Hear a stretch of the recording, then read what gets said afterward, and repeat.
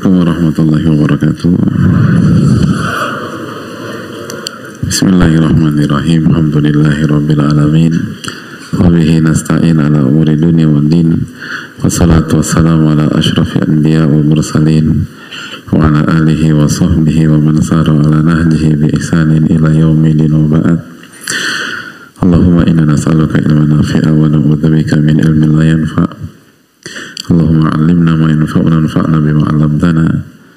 Allahumma aslih lana umurana kullaha wa aslih wulata umurina.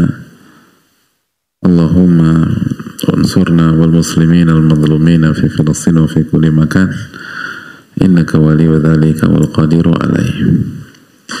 Alhamdulillah, kita panjatkan puji dan syukur kita kepada Allah Tabaraka wa Ta'ala atas segala nikmat dan karunia yang Allah berikan kepada kita.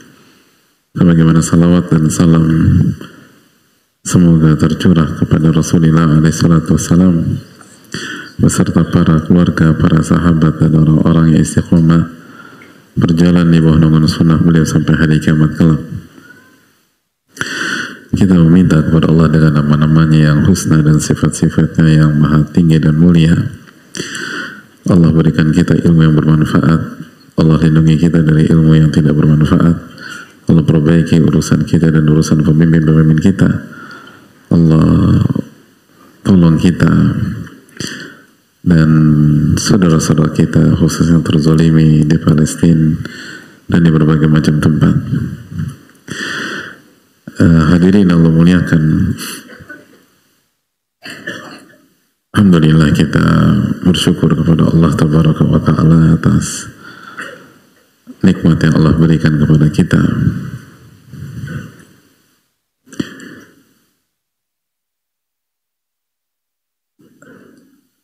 Sehingga kita bisa bersua di bulan yang mulia ini, bulan Al-Muharram, di mana pahala amal ibadah kita dilipat gandakan oleh Allah Subhanahu wa Ta'ala dan dosa pun dilipat gandakan oleh Allah Subhanahu wa Ta'ala. Dan waktu sudah tidak seperti pekan lalu atau sebelumnya, artinya waktu berjalan. Kita berada di pertengahan bulan Al-Muharram, maka maksimalkan, karena kalau kita kehilangan momentum kita harus tunggu sampai bulan Rajab lagi, dan itu cukup lama dan kita tidak tahu umur. Maka manfaatkanlah hari-hari ini untuk mendekatkan diri dan bertakwa kepada Allah Subhanahu wa Ta'ala. Dan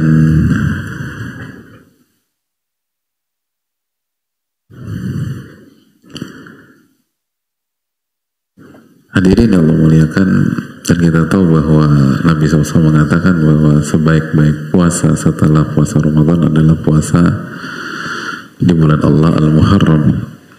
Jadi sekali lagi, jangan lupakan puasa ini di bulan Muharram, dan semoga Allah memberikan pahala besar bagi kita.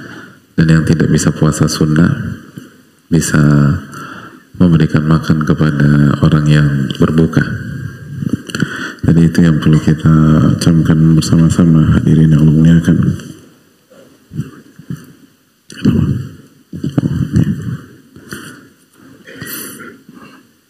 Jadi memang nggak semua pihak diberikan kesempatan atau kekuatan atau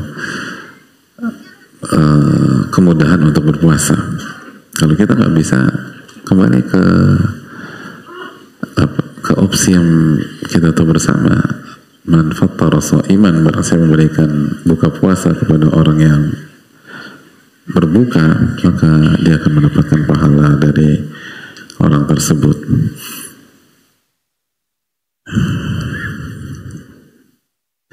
Jadi itu yang perlu kita camkan bersama-sama.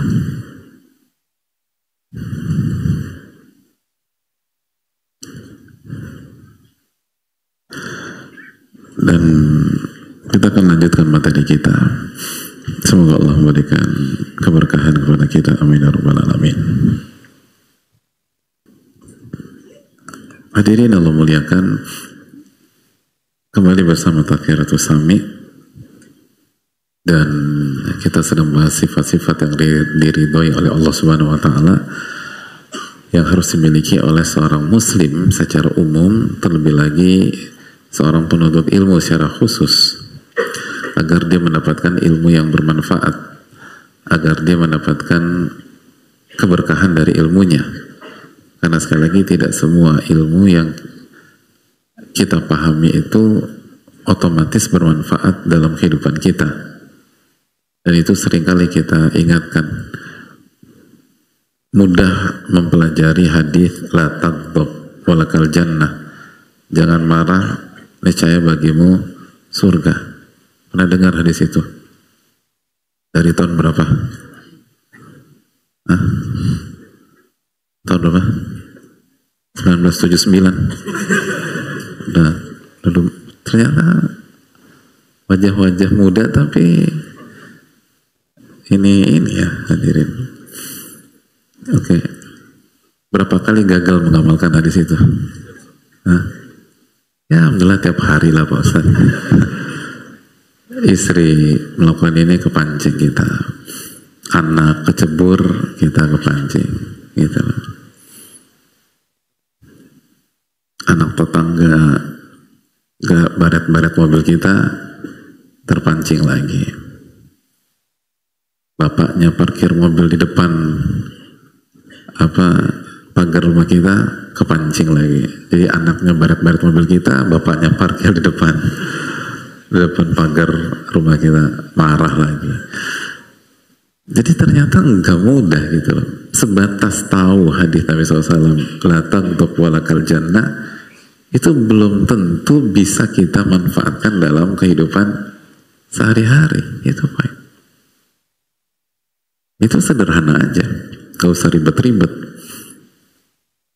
Belum kita bicara tentang keikhlasan, belum kita bicara tentang tawadhu, belum kita bicara tentang memaafkan dan lain sebagainya. Makanya para ulama menulis kitab-kitab tentang ini, biar saat kita mendapatkan ilmu itu bisa menjadi ilmu yang bermanfaat, bukan hanya sekedar wawasan dan bukan hanya sekedar pengetahuan. Semoga Allah memberikan taufik kepada kita, amin ya rabbal alamin.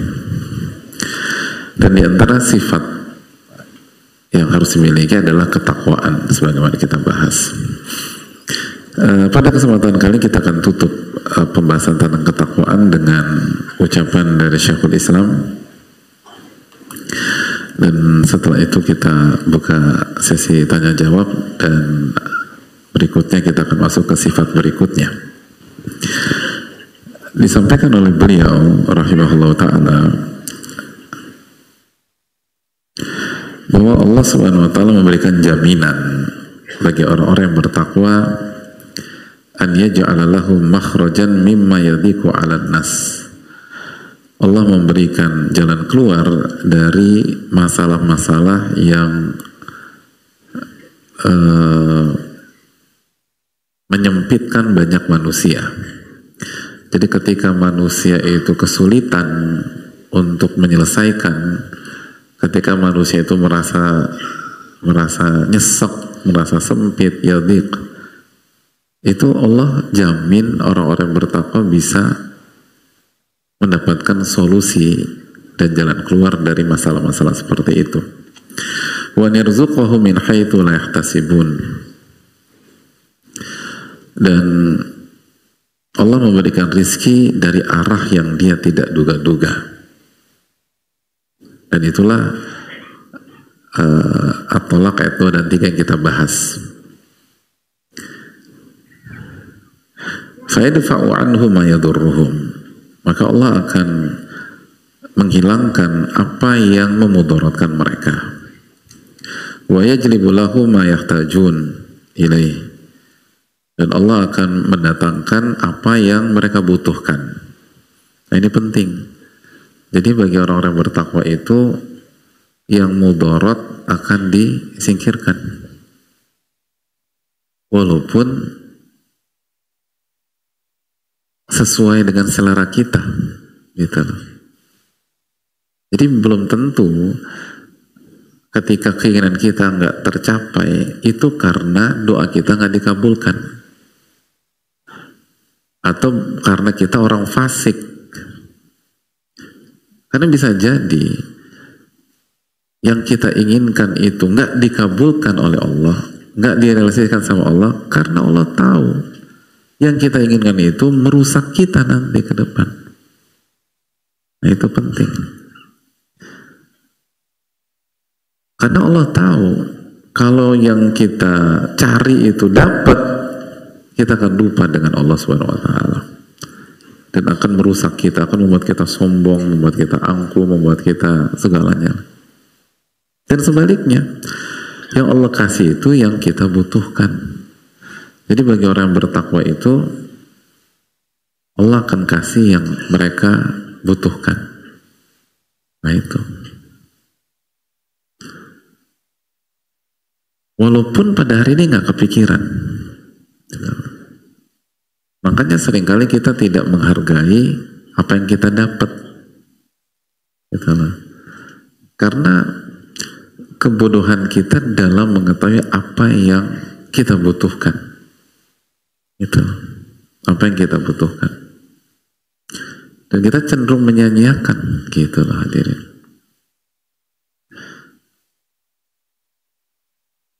Nah, itu dikasih sama Allah Subhanahu wa taala bagi orang yang bertakwa. Jadi bagi orang yang bertakwa itu ya jadi lahum ma yahtajuna ilaih. Fa idza lam yahsul dzalika dalla ala anna fit taqwa khalala.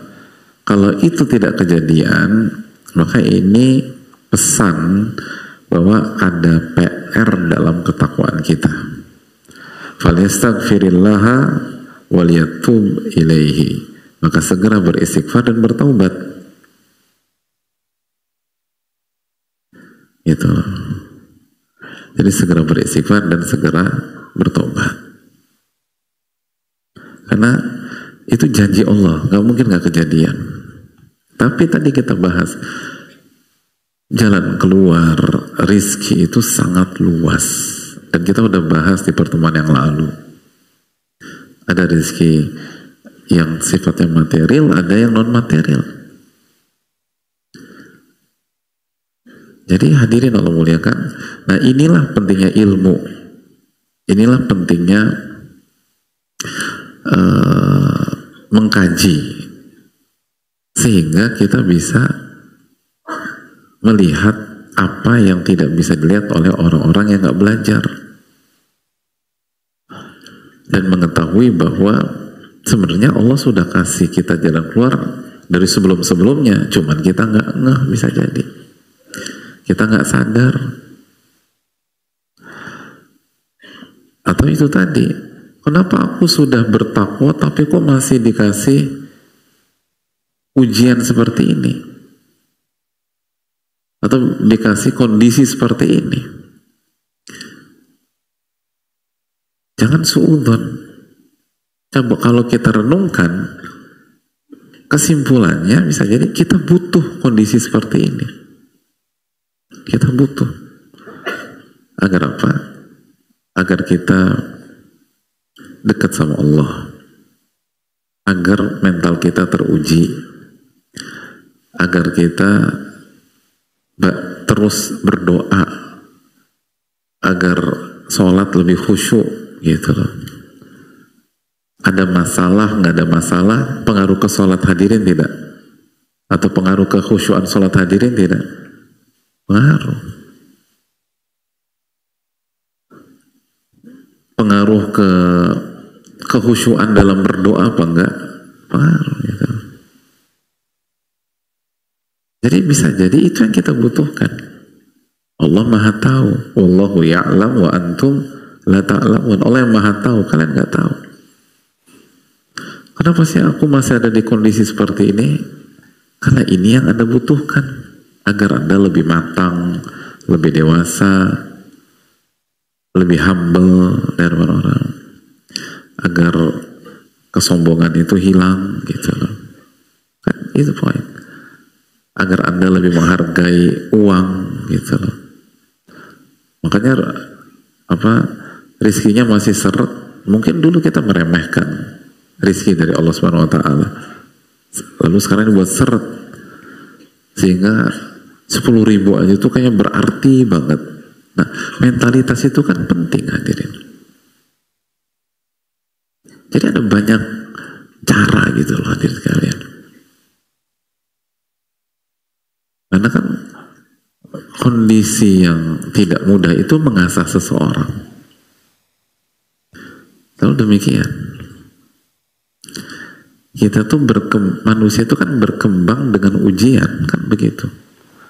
Hadirin naik kelas 2 dari kelas 1 melalui proses apa?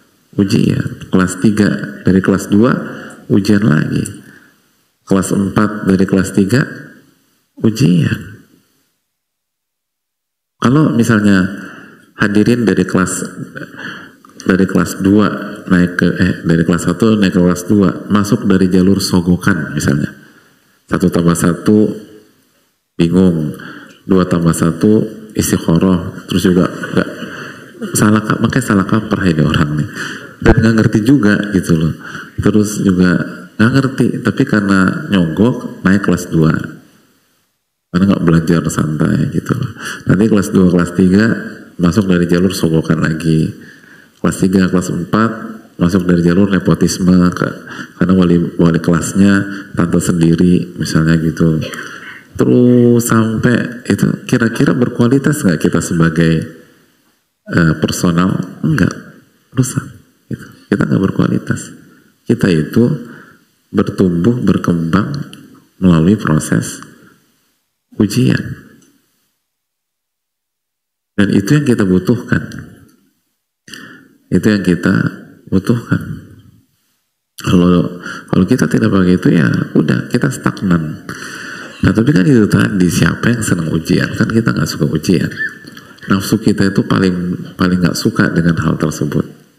Nah, tapi Allah tahu mana nih yang kita butuhkan, maka Allah kasih gitu, hadirin.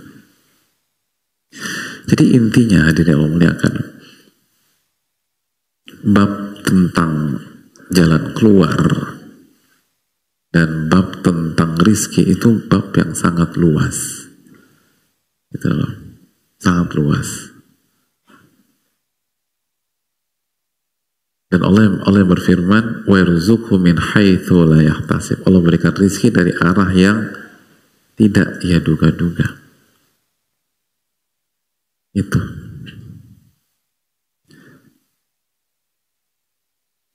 Ada banyak orang setelah 5 tahun dari kegagalannya baru sadar bahwa kegagalan dia 5 tahun yang lalu itu rizki dari Allah.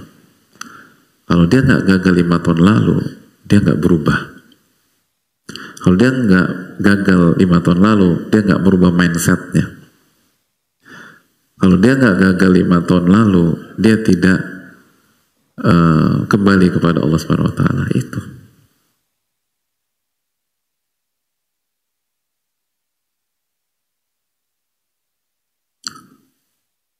Kalau dia nggak itu, dia nggak memperkuat ketakwaannya.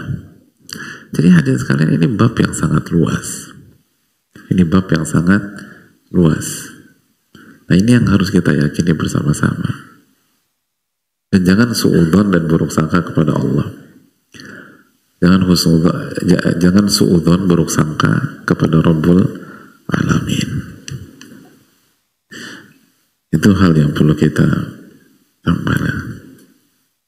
Nah, kalau kita bisa demikian, nah, As-Sa'di rahimahullah mengatakan, al-muttaqun humul muntafi'una bil ayatil qur'aniyah wal ayatil kauniyah. Kalau kita udah bertakwa, hadirin, orang-orang bertakwa itulah yang mendapatkan manfaat dari ayat-ayat Al-Quran dan ayat-ayat kauniyah. Itu. Nah, ini kenapa para ulama masukkan ketakwaan dalam bab ini, sifat-sifat yang diridhoi oleh Allah yang harus dimiliki oleh penuntut ilmu, karena itu tadi, untuk bisa mendapatkan manfaat dari ayat-ayat Al-Quran dan mendapatkan manfaat dari setiap episode kehidupan, Anda harus jadi orang bertakwa. Nah, itu. Kalau nggak bisa. Nggak bisa. Itu yang dijelaskan dan disimpulkan oleh para ulama. Jadi untuk bisa mendapatkan manfaat dari setiap kejadian, untuk mendapatkan manfaat dari setiap dinamika rumah tangga, setiap misalnya masalah rumah tangga, setiap misalnya konflik rumah tangga, Anda harus jadi orang bertakwa. Untuk mendapatkan manfaat dari keseharian bersama anak-anak kita, dan bagaimana ayat-ayat Al-Quran tentang masalah itu, Anda harus jadi orang bertakwa. Untuk mendapatkan manfaat dari misalnya masalah atau kendala dalam dunia bisnis kita, Anda harus jadi orang bertakwa. Untuk mendapatkan manfaat dari keberhasilan bisnis, harus jadi orang bertakwa. Untuk mendapatkan manfaat dari kegagalan bisnis, Anda harus jadi orang bertakwa. Itu poinnya. Bahkan untuk mendapatkan manfaat ketika hadirin dizolimi, hadirin harus jadi orang bertakwa. Jadi sampai dalam kondisi yang tidak menguntungkan sekalipun, kalau hadirin bertakwa, hadirin akan mendapatkan manfaatnya. Itu poin. Itu jelas. Makanya kan Nabi SAW dalam kondisi terzolimi, difitnah, dicaci, dimaki di kota Mekah pada saat itu tidak merubah konsep ketakwaan. Dan hasilnya apa? Manfaat. Dan sejarah hidup beliau fase Mekah bermanfaat bukan hanya untuk beliau, tapi untuk kita sebagai umat sampai hari ini. Gitu loh. Ada banyak pelajaran dan manfaat kehidupan yang kita bisa petik. Padahal di fase Mekah itu beliau dalam kondisi dalam kondisi juara secara sosial atau kondisi tertekan dan terzolimi. Hadirin, tertekan dan terzolimi. Dalam kondisi kuat atau dalam kondisi lemah? Lemah. Tapi ketika beliau bertakwa sallallahu alaihi wasallam, manfaat. Nah itu hadirin. Dan manfaatnya sampai hadirin sekalian. Manfaatnya sampai umat atau setiap umat yang mempelajari sirah Rasulullah sallallahu alaihi wasallam. Padahal dalam kondisi itu beliau sedang terzolimi, beliau sedang lemah, beliau difitnah, beliau dianiaya, karakter beliau dibunuh dan seterusnya. Tapi ketika beliau bertakwa, beliau mendapatkan manfaat. Para sahabat beliau sallallahu alaihi wasallam mendapatkan manfaat, para sahabat radhiyallahu mendapatkan manfaat, dan kita umat beliau sallallahu alaihi wasallam pun mendapatkan manfaat. Nah itu betapa powerfulnya ketakwaan. Makanya dijelaskan As-Sa'di rahimahullah ta'ala, orang yang bertakwalah orang yang mendapatkan manfaat dari ayat-ayat Al-Quran dan ayat-ayat kauniyah, kehidupan. Itu dalam tuh hadirin. Jadi ini yang perlu kita pegang erat-erat, walaupun kondisi kita lagi nggak mudah sekarang. Walaupun misalnya keuangan kita lagi seret sekarang. Walaupun ada banyak masalah finansial pada hari ini, jangan pernah berpaling dari ketakwaan.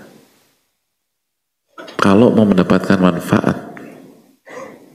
Sebaliknya, kondisi kita lagi lapang, kalau kita tidak bertakwa, nggak ada manfaatnya.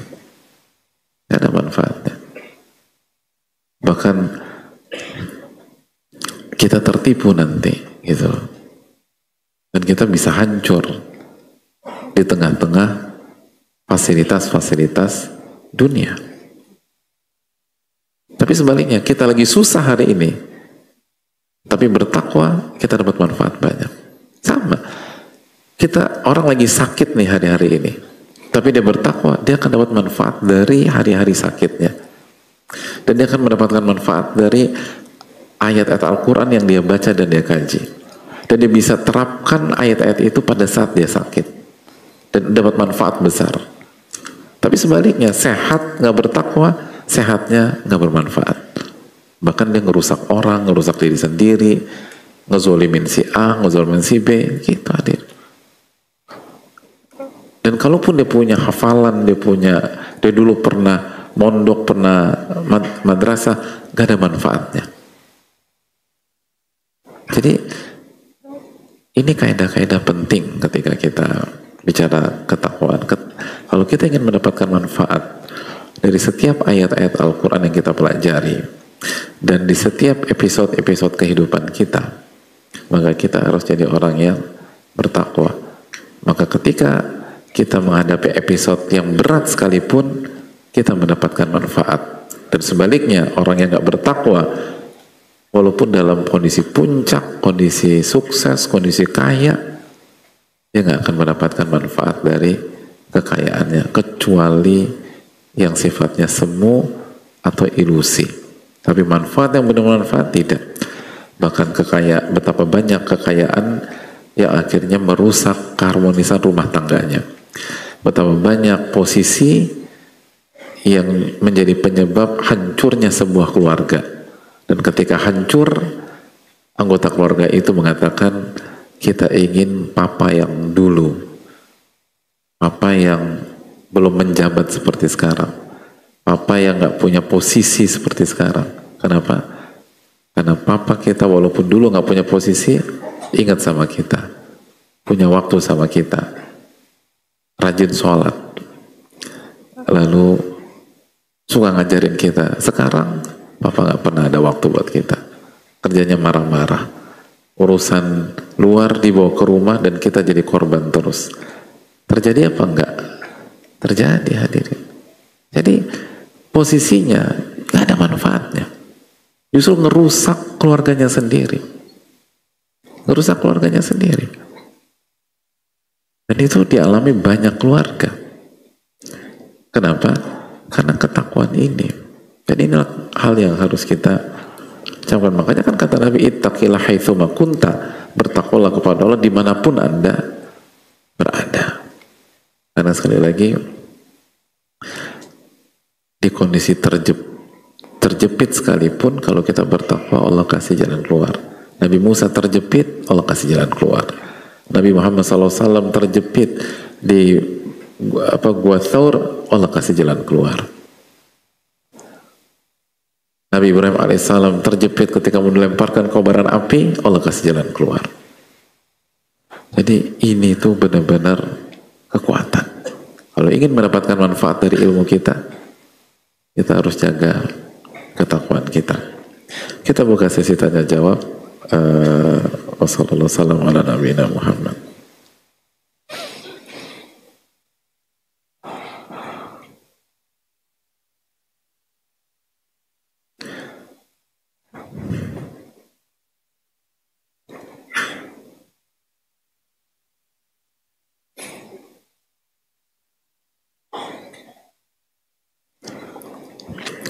Ustadz izin bertanya, saat ini saya sedang menganggur sudah 2 bulan karena dipecat dari kerjaan dan dizalimi oleh rekan dan atasan saya. Orang tua saya masih memiliki hutang, adik saya harus bayar uang kuliah dan bayar kos tahunannya awal bulan Agustus. Saya merasa buntu dan hampir menyerah putus asa.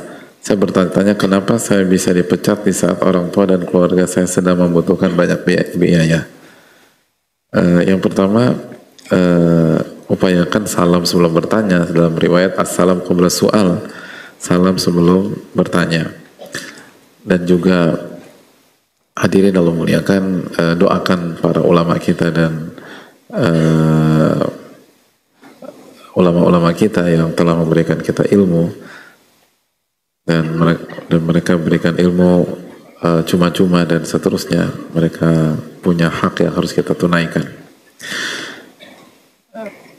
Adapun yang pertama, menganggur sudah 2 bulan karena dipecat dari kerjaan dan dizalimi oleh rekan atasannya.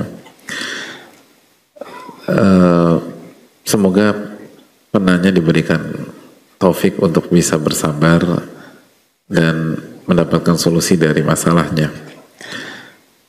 Itu yang pertama. Yang kedua, baik sangka kepada Allah. Ana inna dhanni abdi bi. Aku tergantung prasangka hambaku kepada diriku. Allah berfirman dalam hadis qudsi, aku tergantung prasangka hambaku terhadap diriku. Dalam riwayat, in khairun fa khairun wa in syarrun fa syarr. Kalau baik maka baik, kalau buruk maka buruk. Gitu. Jadi kalau kita baik sangka sama Allah, insya Allah kejadiannya baik. Kalau kita buruk sangka, buruk nanti. Jadi baik sangka kepada Allah. Dan ingatlah selalu surat Al-Baqarah ayat 216, wa asa an takrahu syai'an wa huwa khairul lakum. Bisa jadi yang buruk, yang kalian nggak suka itu yang terbaik buat kalian. Wa asa an tuhibbu syai'an wa huwa syarrul lakum. Dan sebaliknya, yang kalian anggap baik justru itu buruk bagi kalian. Wallahu ya'lamu wa antum la ta'lamun. Allah yang Maha tahu dan kalian nggak tahu. Jadi hadirin sekalian,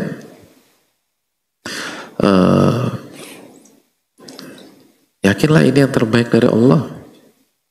Terus yang berikutnya, sikapi dengan ketakwaan sebagaimana yang kita lakukan. Jaga ibadah kita harus lebih kencang, lalu zikir kita harus lebih kuat, doa-doa kita harus lebih khusyuk, lalu jaga tauhid kita dan jangan buka celah kepada kesyirikan gitu loh dalam masalah-masalah ini.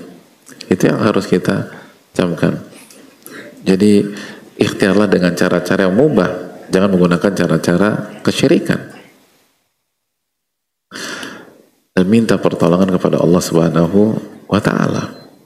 Lalu yang berikutnya hadirin yang Allah muliakan, ingatlah selalu bahwa la yukallifullahu nafsan illa usaha. Allah nggak akan membebankan sesuatu kecuali sesuai dengan kemampuan seseorang. Dan ingatlah sabda Nabi SAW bahwa al-ma'una ta'ti minallahi 'alal 'abdi 'ala qadril mu'na wa kama qala. Pertolongan itu akan datang dari Allah kepada seorang hamba sesuai dengan tanggung jawab dan ujian hamba tersebut. Itu. Mu'nah itu bisa bermakna ujian, bisa bermakna tanggung jawab. Jadi ketika tanggung jawabnya kecil, maka pertolongannya segitu. Tanggung jawabnya besar, pertolongannya besar. Gitu. Kan selalu demikian. Kalau rumah tangga anaknya satu, pertolongan dan rezeki untuk satu anak. Kalau anaknya 11 anak. Dan itu yang terjadi di mana-mana. Gitu. Ada aja. Jadi pertolongan itu datang sesuai dengan tanggung jawab dan kebutuhan. Itu yang harus kita yakini. Itu yang harus kita camkan. Lalu yang berikutnya, ingatlah hadis Nabi SAW. Lau kuntum tawakkaluna 'ala Allahi haqqa tawakkulih la razaqakum kama yarzuqut thair taghdu khimasan wa taruhu bitana. Kalau kalian bertawakal kepada Allah, bergantung kepada Allah dengan sebenar-benarnya tawakal, Allah akan berikan rizki kepada kalian sebagaimana Allah berikan rizki kepada seekor burung. Gimana burung? Pergi dari rumah dalam kondisi lapar dan pulang dalam kondisi kenyang dan bisa kasih makan anak-anaknya. Bayangkan. Burung itu dikasih makan. Allah jamin melalui lisan Nabi SAW, kalau kalian bertawakal, Allah akan berikan rezeki kepada seekor burung. Gitu. Allah akan berikan rezeki kepada seekor burung. Bayangkan burung. Itu kan menunjukkan apa? Yang pertama, benar-benar bergantung sama Allah. Yang kedua, jaga diri dari maksiat. Karena burung tuh gak maksiat. Burung gak ngedumel. Burung gak nanya, kenapa Allah kok begini? Enggak. Burung itu tawakal sama Allah SWT. Burung itu ngabisin waktu. Dunia burung itu gak punya screen time. Sampai 3 jam atau 5 jam. Sebagian kita ketika lagi dapat masalah, screen time. 3 jam, 4 jam depan layar, nggak jelas, nonton inilah itu segala macam. Ya gimana mau ditolong sama Allah? Burung kan nggak punya screen time. burung itu berzikir sama Allah. Kita lupa zikir. Zikir pagi nggak dibaca, zikir petang nggak dibaca. Nah, ilaman rahimah rabbuh tentu saja. Tapi zikir itu melakukan itu. Dan zikir keluar, tagdu khimason, keluar dari sarangnya dalam kondisi perut lapar. Sedangkan kita hari ini gak harus keluar padahal. Iya. Atau bisa work from home, nggak perlu keluar. Atau ngerjain online nggak perlu keluar. Artinya di dunia burung ada nggak apa WFH? Ada WFH? Nggak ada. Pernah dengar pengumuman burung merpati hari ini WFH gitu loh.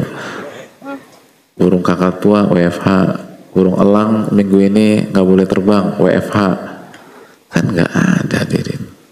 Jadi mereka tuh sebenarnya itu tuh bisa di rumah, bisa segala macam. Tapi mereka dapat tuh. Kenapa? Tawakal sama Allah.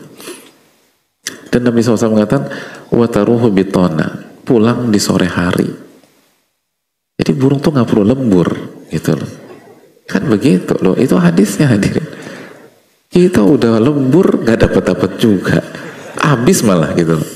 Yang kita pakai, yang kita dapat dari sini jam 11, habis di jam 7 malam gara-gara apa masuk dunia hiburan inilah, tempat hiburan itulah, habis beli minuman inilah, beli minuman itu, jadi habis, sudah pulang nggak bawa apa-apa.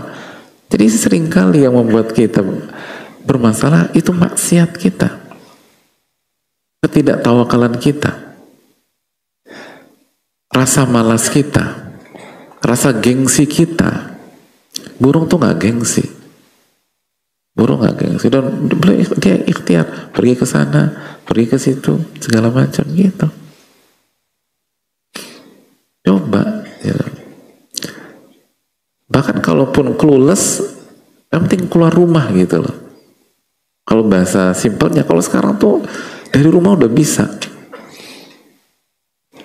Ada salah satu teman tuh ketika dia jobless, nggak ada pekerjaan, udah ngamalin hadis itu, keluar, akhirnya dia coba ke tempat cucian mobil, mas aja cucian mobil. Kenapa? Karena pada hari itu salah satu yang dia lihat di jalanan, terus dia cari yang rame, mampir. Kan kalau rame ketemu yang lain, ajak ngobrol. Akhirnya deal sama salah satu yang mobilnya dicuci juga. Bukan deal jadi tukang cuci mobil, bukan. Ngobrol gitu, ternyata connecting the dot aja. Artinya dia punya skill ini, sini ngobrol asik, deal di situ. Nanti meeting lah, kita ketemu, dapat project di tempat cucian mobil gitu, ada keluar. Telepon karena senang, alhamdulillah anak dapat deal project nih gitu. Dapat di mana? Tempat cucian mobil. Ini promosi nggak ya hadirin? Kan bebas gitu. Intinya ketemu orang tuh penting, bicara, dan juga nggak kenal, cuman gini aja, Pak lagi ngurus apa segala macam. Oh saya punya ini tuh. Intinya kalau ini bicara, dan insya Allah lah hadirin bisa, Ben. Apalagi kita hidup ini, saya nggak tahu ada di mana ya, tapi kalau misalnya di kota besar seperti Jakarta atau Jabodetabek, insya Allah lah gitu.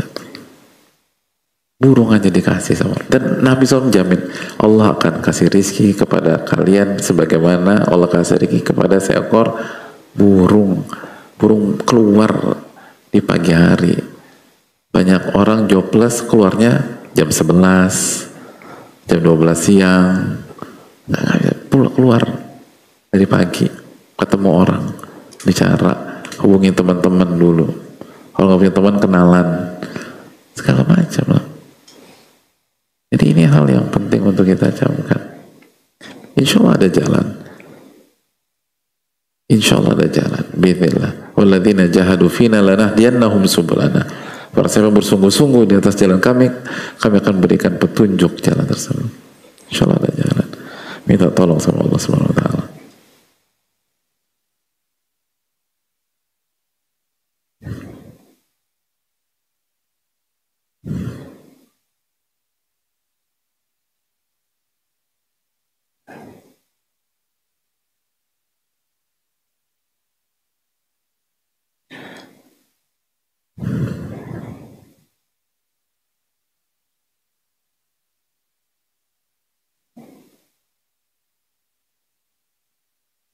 Assalamualaikum warahmatullahi wabarakatuh. Waalaikumsalam warahmatullahi wabarakatuh. Semoga keberkahan selalu terlimpah pada Ustadz, para ulama dan jamaah kajian yang hadir dan orang-orang soleh dimanapun berada. Amin ya rabbal alamin. Izin bertanya, misal Allah mengabulkan setiap permohonan kita, tapi sebenarnya itu malah membuat kita jauh dari Allah. Contohnya kita menjadi ringan dalam menunda sholat dan lain-lain. Apakah hal tersebut Allah masih tetap sayang atau tanda Allah ingin menjauh kepada kita atau menjauh dari kita? Hadirin Allah muliakan, sekali lagi, selama pintu taubat terbuka, maka itu menunjukkan bahwa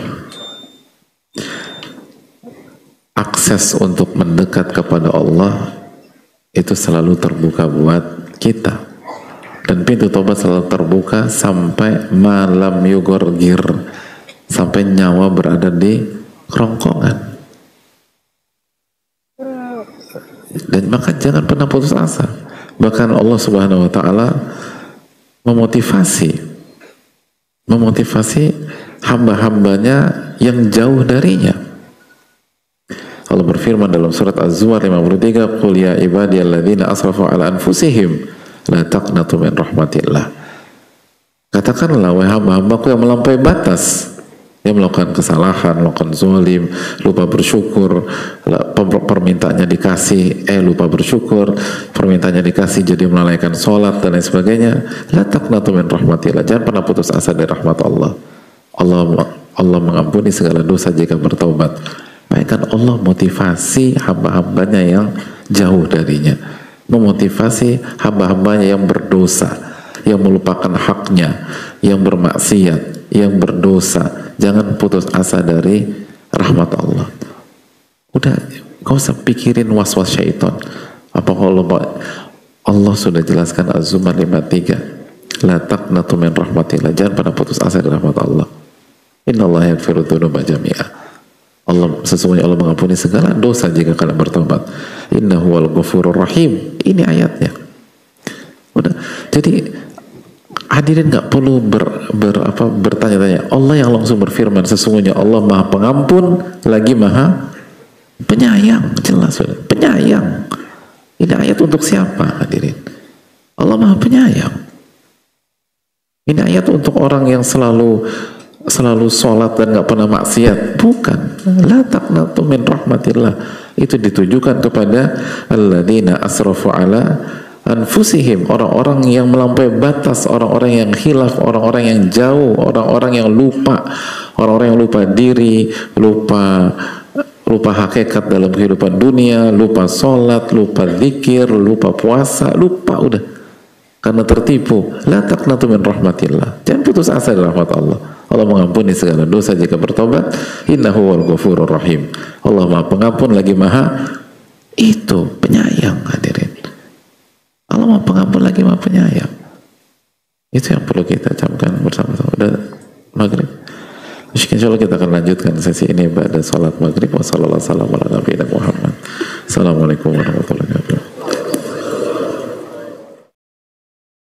Warahmatullahi wabarakatuh. Bismillahirrahmanirrahim. Alhamdulillahirabbil alamin wa bihi nasta'in ala umuri dunya waddin. Wassalatu wassalamu ala asyrafil anbiya wal mursalin wa ala alihi wa sahbihi ajma'in wa ba'd. Allahumma inna nas'aluka ilman nafi'a wa na'udzubika min ilmin la yanfa'.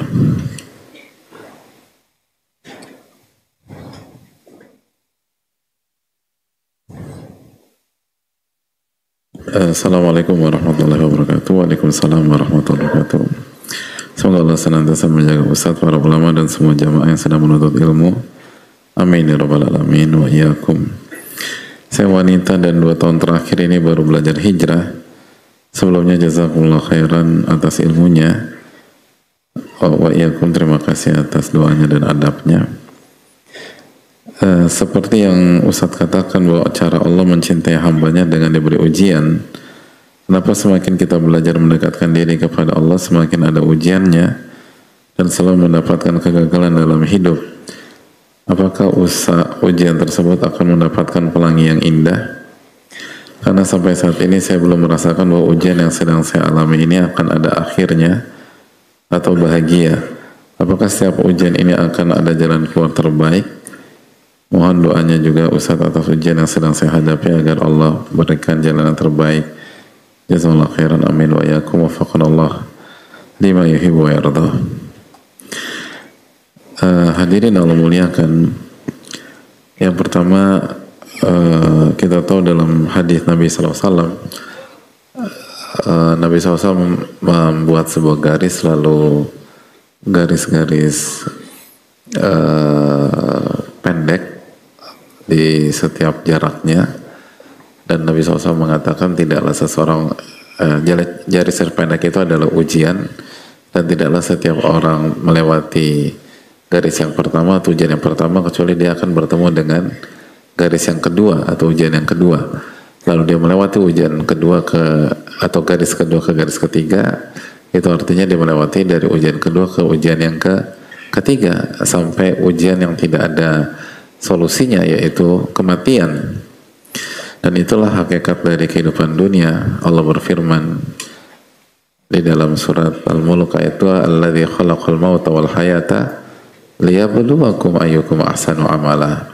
Dialah menciptakan kematian dan kehidupan untuk menguji kalian. Jadi inti kehidupan adalah untuk menguji kita. Dan Allah Subhanahu wa taala berfirman dalam wa nabluukum bisyarri wal khairi fitnah, dan kami akan uji kalian dengan keburukan dan kebaikan, dan semuanya adalah ujian. Surat apa itu berapa? Itu surat apa itu berapa hadirin? Wa nabluukum bisyarri wal khairi fitnah. Iya, surat Al-Anbiya ayat 35. Jazakallahu khairan. Jadi semua yang ada di dunia, baik yang buruk maupun yang baik, itu semua ujian. Dari sinilah para ulama mengatakan ad-dunya darul bala. Dunia itu adalah tempatnya ujian, tempatnya bala. Ad-dunya darul mihan. Lagi-lagi dikatakan para ulama dunia itu tempatnya ujian. Dan kalau dunia tempatnya ujian, maka jika kita menunggu sampai ujian itu usai lalu kita bahagia, maka bisa jadi kita nggak pernah bahagia. Jadi kebahagiaan itu tidak perlu menunggu ujian itu usai, hadirin. Tidak perlu menunggu ujian itu usai, karena kebahagiaan itu bisa didapat pada saat kita menjalani proses ujian tanpa menunggu ujian itu selesai. Jadi konsep badai pasti berlalu, lalu semakin gelapnya malam itu menunjukkan semakin dekat dengan terbitnya matahari. Artinya itu bukan hal yang salah, tapi kita nggak perlu nunggu matahari terbit untuk merasakan kebahagiaan. Karena inti dari kebahagiaan adalah ketika kita bertakwa kepada Allah Subhanahu wa taala. Ketika kita menjalani ujian tersebut dengan iman dan ketakwaan. Bukan ketika masalah itu selesai. Bukan ketika masalah itu selesai. Makanya Allah Subhanahu wa taala berfirman dalam surat An-Nahl 97, "Man 'amila shalihan min dzakarin aw untha wa huwa mu'min wa lanuhyiyannahu hayatan thayyibah." Barang siapa yang beramal soleh, baik laki-laki maupun wanita, dan dia dalam kondisi beriman, maka kami akan berikan dia kehidupan yang baik, kehidupan yang bahagia. Jadi kehidupan yang bahagia itu ketika kita menghadapi masalah dan ujian dengan amal soleh dan dengan iman. Itu. Jadi bukan ketika masalah itu selesai. Karena seringkali masalah selesai tapi bukan dengan cara ketakwaan, bukan dengan cara keimanan gitu. Dan kita tidak menghalalkan segala cara. Kita harus kembali kepada konsep Rasulullah SAW dengan para sahabat dan dengan para ulama-ulama kita. Dan ini pelajaran mahal bagi kita, hadirin Allah muliakan. Jadi makanya jangan nunggu masalah selesai untuk bahagia.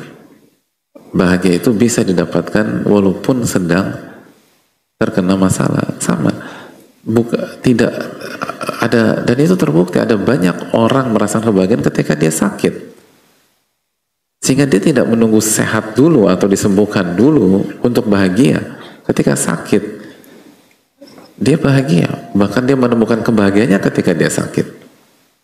Dia menemukan kebahagiaannya ketika dia sakit. Kenapa? Karena ketika sakit dia bertobat kepada Allah, lalu dia mengerja atau dia beriman bahwa ini adalah ketetapan dan takdir dari Allah Subhanahu wa taala dan dia ridho terhadap hal tersebut dan lain sebagainya. Makanya Ibnu Rajab menjelaskan keterangan beberapa para ulama mengatakan bahwa orang yang ridho tidak menginginkan kecuali apa yang sedang dia jalani dari ketetapan Allah Subhanahu wa taala. Jadi orang yang ridho kepada Allah, orang ridho itu tidak menginginkan kecuali kondisi yang sedang dihadapi. Dan orang tuh kalau ridho tenang dan bahagia. Jadi itu dan itu nggak mudah memang. Nggak ada yang mengatakan itu mudah. Tapi maksudnya adalah sekali lagi jangan menunggu sebuah masalah selesai untuk mendapatkan ketenangan dan kebahagiaan gitu loh. Makanya tidak harus tidak perlu menggunakan misalnya konsep pelangi yang yang terlihat setelah hujan deras dan berhenti kan gitu ya. Pelangi itu kan biasanya kalau hujan selesai baru pelangi gitu ya. Hadirin masih bisa main hujan-hujanan dan bahagia main bola ketika hujan. Jadi ada banyak, kalau kita bicara hujan ya nggak harus tunggu pelangi gitu loh. Main pas hujan-hujan main bola tuh seru apa enggak? Oh, itu seru, itu jelas sudah selesai. Jadi kita tuh bisa tetap senang gembira ketika hujan deras itu turun, nggak perlu nunggu hujan selesai. Ya kan tinggal kita memaknai hujan seperti apa. Jadi itu yang membedakan antara orang yang beriman dengan orang yang tidak beriman. Orang yang beriman itu tidak menunggu masalah itu berakhir. Simple gini aja lah. Kalau hadirin Allah muliakan diuji gitu loh. Diuji.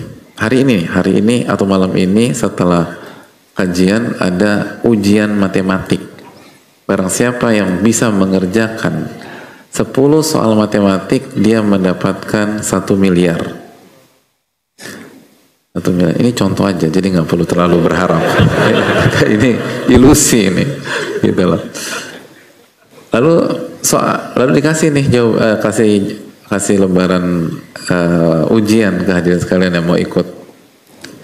Kalau benar semua dapat apa? Kalau benar semua dapat 1 miliar. Waktunya 5 menit gitulah. Lalu pas dibuka, oke, silakan buka soal ujiannya, dibuka gitulah. Soal pertama 1 tambah 1, soal kedua 1 tambah 2, soal ketiga 1 tambah 3, soal keempat 2 tambah 2, soal kelima 2 tambah 3, soal keempat 1 tambah 6, soal ketujuh 1 tambah 7, terus sampai 10, soal 10 1 tambah 10. Ketika hadirin buka soalnya, apakah hadirin perlu menunggu sampai menit kelima untuk bahagia? Nah, kapan hadirin udah mulai senyum-senyum? Hah? Apa? Pas kapan? Pas detik pertama ngeliat soal. Padahal ujian sudah selesai atau belum? Belum selesai. Kenapa hadirin bahagia? Karena punya ilmunya. Ketika hadirin punya ilmunya, hadirin bisa tersenyum sebelum ujian berakhir, gitu loh. Dan hadirin punya keyakinan terhadap ilmu tersebut, gitu, punya keyakinan, yakin 1+1 itu 2 tuh yakin, itu nggak perlu call friends, nggak perlu segala macam, udah yakin 1+1 tuh 2 tuh yakin. Jadi ketika hadirin menghadapi sebuah ujian dengan keyakinan dan punya ilmu dan keyakinan, selesai semua. Sebelum ujian selesai hadirin udah bahagia. Jadi hadirin bahagia dulu sebelum ujian selesai, gitu. Jadi dan hadirin bahagia, senang dulu sebelum dapat 1 miliar, gitu loh. Jadi sesederhana itu aja, bahwa kita tidak perlu menunggu ujian dalam hidup kita selesai untuk mendapatkan kebahagiaan. Itu pelajaran mahal. Jadi rubahlah pola pikir seperti itu. Dalam konsep kita bahwa kebahagiaan itu ada pada proses sebelum hasil akhir, gitu loh. Sebelum hasil, itu yang harus kita, dan itulah kehebatan iman dan amal soleh. Dan tadi ayatnya sudah kita baca. Selama kita mengerjakan atau menghadapi ujian dengan amal soleh dan iman, mau laki-laki mau perempuan, Anda akan dapat kehidupan yang bahagia. Dan bahagia bukan berarti kaya. Bisa jadi kita nggak kaya-kaya, tapi bahagia aja kita. Hayatan thayyibah. Hayatan thayyibah bukan berarti hidup sehat dari awal sampai akhir. Bisa jadi kita jatuh sakit segala macam, tapi kita bahagia. Jadi hadirin Allah muliakan, itulah orang-orang beriman. Itu kita harus yakin. Makanya innallaha idza habba qauman ibtalahum, Allah tuh kalau mencintai seseorang Allah akan uji, atau Allah mencintai sebuah kaum maka Allah akan uji. Jadi pastikan ketika kita menghadapi ujian kita pakai ilmu dan kita pakai iman, dan ilmu itu ketika dijalankan kan jadi amal soleh. Tapi kan aku orang awam tinggal fas'alu ala dzikri in kuntum la ta'lamun, bertanya kepada ahli ilmu kalau kalian tidak tahu. Dan sarana bertanya sekarang sangat banyak dan sangat dimudahkan oleh Allah Subhanahu wa taala. Wallahu taala bisawab.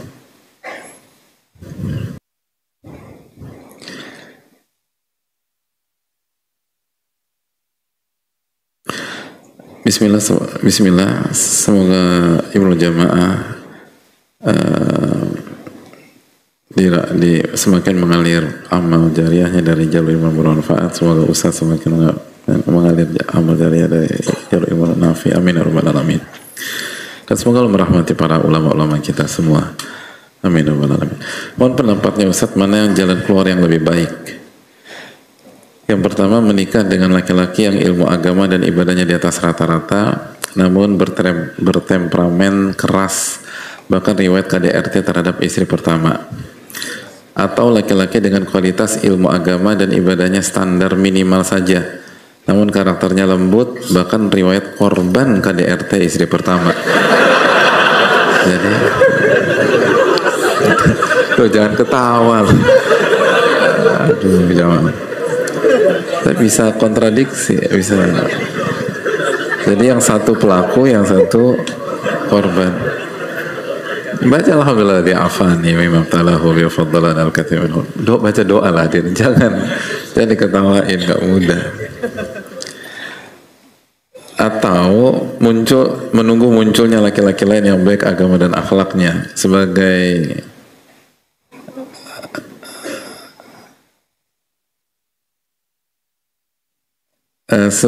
background info, wanitanya usia hampir 40 tahun, ada karir S3, mundur itu loh, karirnya mundur, dan yang ngajak berproses hanya sedikit. Mana saatnya Ustaz, jazakallahu khairan. Hadirin Allah muliakan,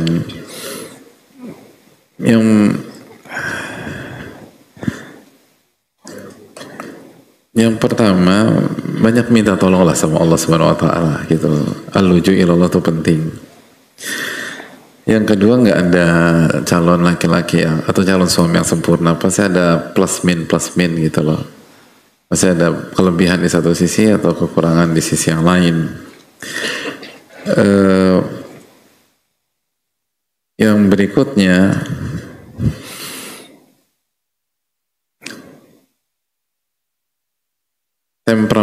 keras, bahkan riwayat apalagi ada riwayat KDRT memang tidak atau kurang direkomendasikan, sebagaimana hadis hadis Fatimah bintu Qais ketika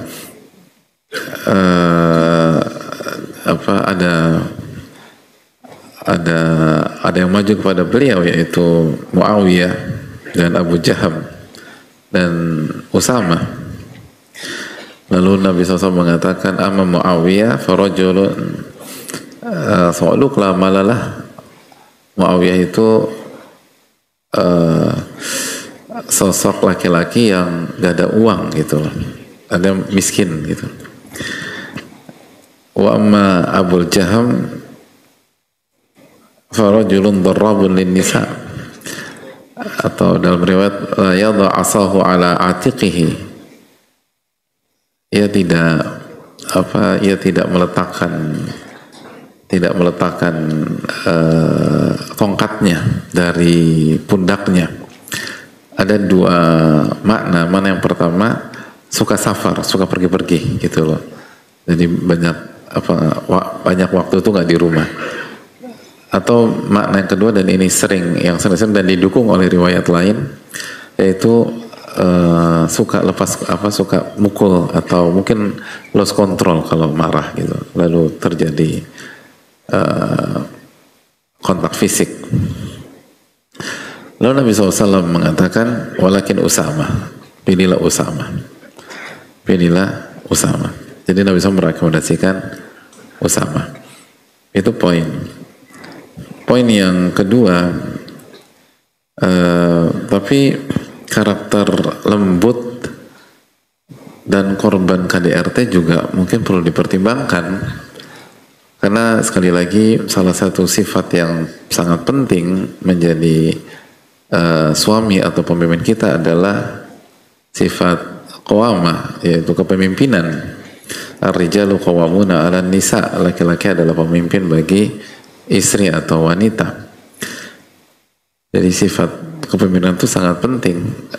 Ketika wanita ingin menikah, dia bukan hanya memutuskan untuk memilih seseorang menjadi pasangan hidup atau teman hidup, tapi dia memilih seorang laki-laki untuk menjadi pemimpin yang akan menjaga dia dari siksa api neraka. Tugas terbesarnya adalah qu anfusakum wa ahlikum naro, jagalah diri kalian dan keluarga kalian dari siksa api neraka. Dan kita telah jelaskan bahwa tugas laki-laki adalah sebagaimana kata Nabi SAW, istausu bin nisa, istausu bin nisa fa innal mar'a khuliqat min dila, wanita itu diciptakan dari tulang rusuk yang bengkok, yang tidak lurus. Wa inna a'waja syai' fi dila a'lah, dan yang paling tidak lurus itu paling atasnya. Kalau dijelaskan sebagai keterangannya, lisannya. Fa in dhahabta tuqimuhu kasarta, kalau Anda nge-push terus dan paksakan maka akan patah, dan maksud patah itu cerai. Wa in taraktahu lam yazal a'waj, tapi kalau kita biarkan maka nggak lurus-lurus. Lalu Nabi SAW menutup, fastausu bin nisa, maka istausu bin nisa. Nah, apa makna istausu bin nisa? Istausu bin nisa itu saling memberikan nasihat di antara kalian untuk terus berbuat baik kepada istri. Dan istausu dijelaskan oleh para ulama. Jadi ketika Nabi SAW menjelaskan bahwa kondisi wanita itu seperti ini loh, ini sebagaimana laki-laki punya kelebihan dan kekurangan, wanita juga punya kelebihan dan kekurangan. Dan PR wanita adalah diciptakan dari tulang rusuk yang tidak lurus, khususnya lisannya. Dan kalau di push terus, ditekan terus, bukannya lurus jadi patah, tapi kalau didiamkan nggak lurus-lurus. Makanya para ulama mengatakan di penutupan Nabi SAW mengatakan fastausu bin nisa, maka istisqalah dengan wanita. Dan maksudnya adalah, kata para ulama, la sabila ila al-intifa' biha illa bisabri ala hadzal i'wijaj ma mudaratiha. Tidak ada jalan lain jika ingin bahagia dengan seorang istri kecuali ingin bahagia, ingin mendapatkan manfaat dari pernikahan, kecuali dengan cara sabar menghadapi faktor ini dengan mudarah, dengan bermain cantik gitu, dengan bermain cantik. Dan mudarah dijelaskan sebagian para ulama, yaitu tawadu dan lemah lembut dalam berbicara dan tidak kasar gitu, dan siap menanggalkan hak kita kalau dibutuhkan. Jadi itulah mudarah. Jadi bermain cantik itu lemah lembut, lalu bahasanya tawadu, dia lemah lembut dan tidak kasar, dan dia bisa melepaskan haknya demi maslahat yang jauh lebih besar. Nah, kata para ulama tadi, ketika Nabi SAW mengatakan fastausu bin nisa, artinya adalah tidak ada jalan lain kecuali dengan cara seperti itu. Artinya, kalau kita ingin jadi suami yang baik, maka milikilah skill mudarah gitu. Mudarah adalah tadi apa? Tawadu, merendah, bisa merendah. Dan susah kan merendah di hadapan istri, itu susah. Rendah hati, bicaranya lemah lembut, lalu yang ketiga nggak kasar. Apapun yang terjadi di dinamika suami istri nggak boleh pakai kekerasan dan kekasaran. Lalu bahkan di level bisa menanggalkan hak. Nah, itu cara yang seperti itu. Artinya bagi laki-laki, persiapkan skill mudarah gitu loh. Adapun bagi wanita, cari yang punya kemampuan demikian.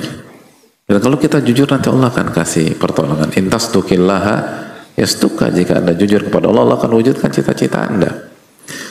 Jadi ini hal yang sangat penting gitu loh. Ini yang sangat penting. Dan ini yang sering kita lupakan, hadirin yang Allah muliakan. Dan ini dari sabda Nabi SAW. Bahkan Nabi SAW mengatakan istausu bin nisa. Tadi apa?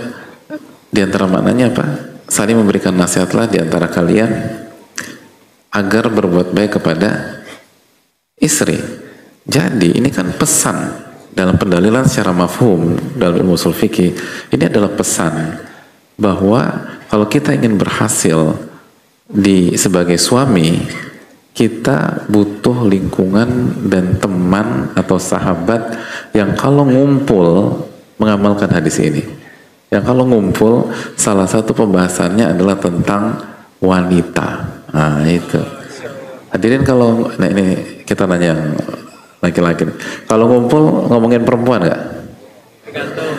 Nah ini mulai bias dan pakai bahasa diplomasi. Kalau mau bicarain perempuan, tapi perempuan yang ada di dalam rumah kita, dalam arti saling mengingatkan di antara kita untuk berbuat baik sama istri masing-masing. Itu maksud bicara perempuan. Bukan perempuan yang ada di A, bukan B, bukan C, bukan D, dan seterusnya. Tapi lupa sama istri kita masing-masing. Kan istausu bin nisa khairan. Saling kasih masukan, kasih nasihat di antara kalian.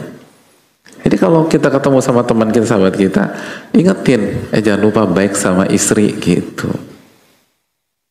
Jangan lupa gitu loh. Atau sabar ngadepin istri dan segala macam. Itu tuh perlu. Jadi kita butuh lingkungan yang memberikan kita semangat untuk menjadi suami yang baik. Bukan lingkungan atau teman-teman yang ngajak kita cari pelarian, cari pelampiasan, cari pihak-pihak di luar, atau memprovokasi kita untuk menceraikan istri kita. Lo apa? Misalnya dia lagi ribut sama istrinya, istri lo bilang gitu, kalau gua talak 3 gitu. Bukan begitu gitu loh. Ya, akhirnya dipromosi. Mana harga diri lo sebagai laki-laki gitu, gitu.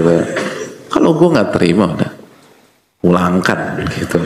Akhirnya rusak rumah tangga orang gitu loh. Jadi hati-hati dengan provokator-provokator seperti itu.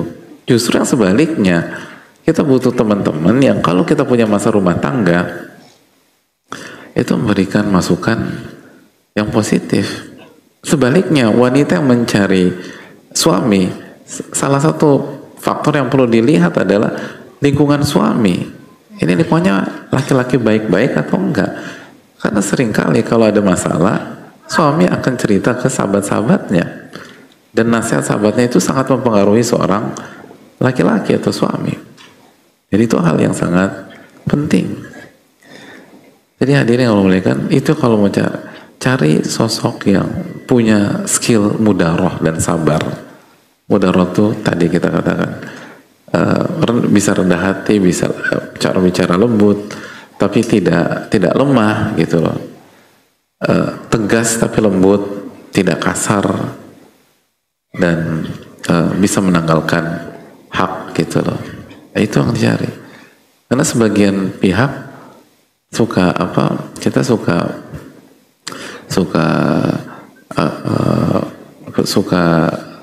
nggak utuh kalau cari pasangan gitu loh. Kadang-kadang kita lihat di masyarakat, kenapa kamu pilih dia sebagai suami, abisan lucu dia. Humoris tuh penting hadirin, kalau atau sebuah sifat yang menarik kalau asal proporsional, asal itu. Tapi hanya sebatas mengandalkan lucu itu nggak bisa menjalankan roda rumah tangga. Rumah tangga tuh terlalu complicated, terlalu ribet hanya untuk diselesaikan dengan senyum manis atau humor gitu. Walaupun humor itu penting dalam kehidupan asal sesuai dengan porsi, seperti itu. Atau kenapa pilih sosok seperti itu? Abis ada ganteng. Ganteng itu nggak bisa menyelesaikan masalah rumah tangga seringkali gitu loh. Dan demikian ada sekalian. Atau kenapa kamu pilih dia sebagai suami? Karena dia kaya. Uang tuh banyak, atau banyak masalah nggak bisa selesaikan dengan uang. Jadi kembalilah ke sunnah Nabi SAW. Dan bagi kita para laki-laki, pelajari skill mudaroh, main cantik lah. Dan bagi yang mau menikah, upayakan punya kemampuan ini. Dan kalau yang sudah menikah, nggak ada waktu terlambat untuk berbenah dan terus berbenah. Dan bagi wanita, kalau bisa cari yang seperti ini, karena ini diambil dari sunnah Nabi SAW. Dan yang berikutnya, nggak ada laki-laki yang sempurna, sebagaimana nggak ada wanita yang sempurna. Dan salah satu tujuan pernikahan adalah saling melengkapi. Hunna libasul lakum wa antum libasul lahun. Istri kalian pakaian buat kalian, dan kalian adalah pakaian untuk istri kalian. Jadi kita nggak bisa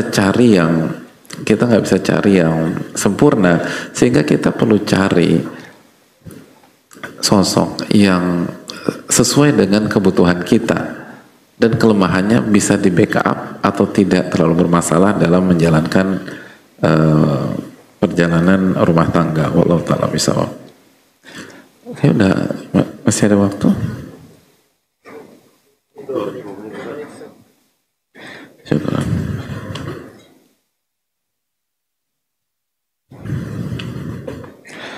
Assalamualaikum warahmatullahi wabarakatuh. Waalaikumsalam warahmatullahi wabarakatuh.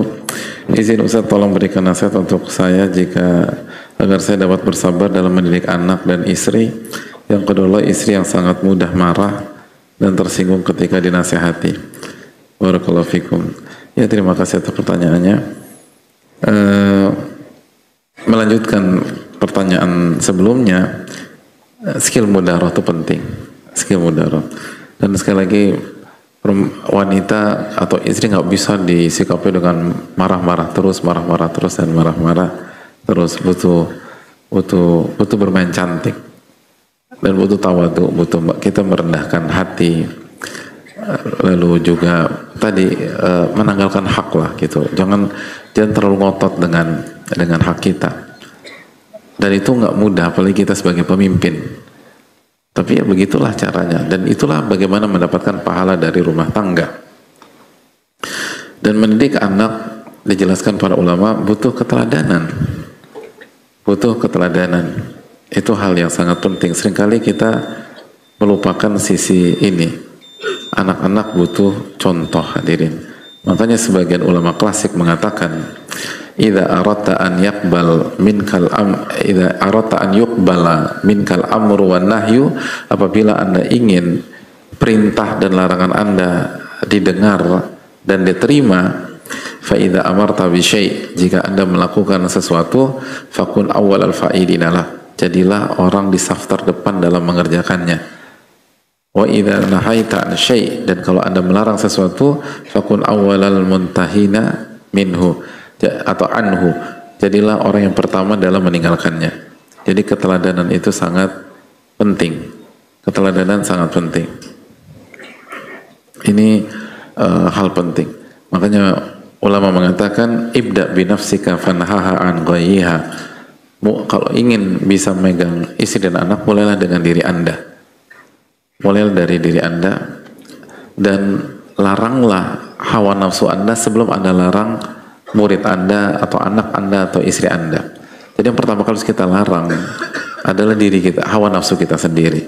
Fa idzan tahat anhu fa anta hakimu. Kalau Anda berhasil melarang dan mengontrol hawa nafsu Anda, maka Anda akan jadi orang bijak. Anda akan jadi orang bijak. Hunaka yuqbalu ma taqulu wa yuqtada. Dan pada saat itulah ucapanmu akan diterima dan akan diikuti. Bil qawli minka wa yanfa'u ta'limu. Jadi ucapanmu akan diterima dan akan diikuti, dan pada saat itu proses mendidik dan mengajar itu akan berjalan baik. Jadi sekali lagi pentingnya keteladanan bagi kita. Makanya sekali lagi PR besar kita adalah ketika kita memutuskan untuk menikah sebagai laki-laki, itu adalah keputusan untuk menjadi seorang contoh. Seorang contoh, bukan hanya sekedar suka terus nikah, enggak. Karena kita pemimpin, maka maka istri kita akan melihat kita. Itu adalah keputusan untuk menjadi seorang contoh. Dan ketika kita punya niat punya anak, terlepas apa lokasi atau tidak, tapi keinginan punya anak adalah keinginan yang konsekuensinya kita harus menjadi contoh bagi anak-anak kita, contoh bagi anak-anak kita. Makanya Malik bin Dinar ketika melihat seseorang yang sholatnya buruk, itu langsung iba dan kasihan sama keluarga orang tersebut, sampai pada bingung, kenapa kasihanin keluarganya? Kata Malik bin Dinar, innahu kabiruhum, karena orang yang sholatnya buruk ini adalah kepala keluarga, anggota keluarga belajar dari orang tersebut. Jadi intinya contoh itu sangat penting. Mulai dari diri kita, jangan mulai dari istri kita dan anak-anak kita, dan evaluasi. Kalau kita bisa konsisten dan kalau kita bisa jujur, apa yang kita sampaikan selaras dengan apa yang kita kerjakan dan kita lakukan karena Allah Subhanahu wa taala, maka insya Allah akan ada keberkahan di dalam keluarga kita. Pasti berubah? Tidak. Tetapi sekali lagi peluang besar berubah sangat besar. Sangat besar. Dan hukum asal atau hukum umum itu insya Allah akan ada banyak perubahan yang signifikan. Jadi kalaupun ada yang nggak berubah, itu paling 1-2 kasus, dan itu sesuai dengan hikmah Allah Subhanahu wa ta'ala. Jadi sekali lagi jamaah sekalian Allah muliakan, mulai dari diri kita. Jadi menikah, khususnya laki-laki dan juga wanita, itu adalah keputusan untuk menjadi contoh bagi anak-anak. Contoh bagi anak-anak, itulah inti dari, atau salah satu substansi dari pernikahan. Ya kalau nggak mau jadi contoh, kalau apalagi laki-laki ya Anda harus pikirkan lagi untuk menikah. Apalagi kalau mau punya anak, itu harus siap jadi contoh bagi anak-anak. Karena anak-anak akan melihat Anak-anak akan mendengar, anak-anak akan mengikuti, anak-anak akan meneladani, dan mereka adalah pencontoh yang sangat jago dalam kehidupan. Anak-anak itu jago sekali dalam mencontoh. Jadi tolong ditata baik-baik, dan insya Allah mulai dari diri kita. Dan sekali lagi hadirin sekalian, seringkali kalau orang tua itu jujur dan konsisten, nggak perlu marah, nggak perlu marah. Karena itu kekuatan. Asal itu tadi, walk the talk. Apabila kita menjalankan apa yang kita ucapkan, kita seringkali atau dalam banyak kasus nggak perlu marah, bahkan nggak perlu suara tinggi untuk membuat istri dan anak atau khususnya anak-anak mengikuti kita. Tapi begitu inkonsisten, susah udah. Begitu inkonsisten itu berat. Kita harus konsisten. Jadi mulai dari diri kita, sebagaimana tadi kata para ulama, ibda binafsika fanhaha an ghayyiha. Mulai dari diri Anda dan larang hawa nafsu Anda sebelum Anda larang istri Anda dan larang anak-anak Anda. Kalau itu kita bisa lakukan dengan taufik Allah, perubahan akan luar biasa biidznillah ta'ala. Itu yang bisa disampaikan. Semoga Allah memberikan taufik kepada kita, dan semoga Allah memberikan ilmu nafi'. Dan insya Allah di pertemuan yang akan datang kita masuk ke sifat berikutnya. Subhanakallahumma wa bihamdika, la ilaha illa anta, astaghfiruka wa atubu ilaik. Assalamualaikum warahmatullahi wabarakatuh.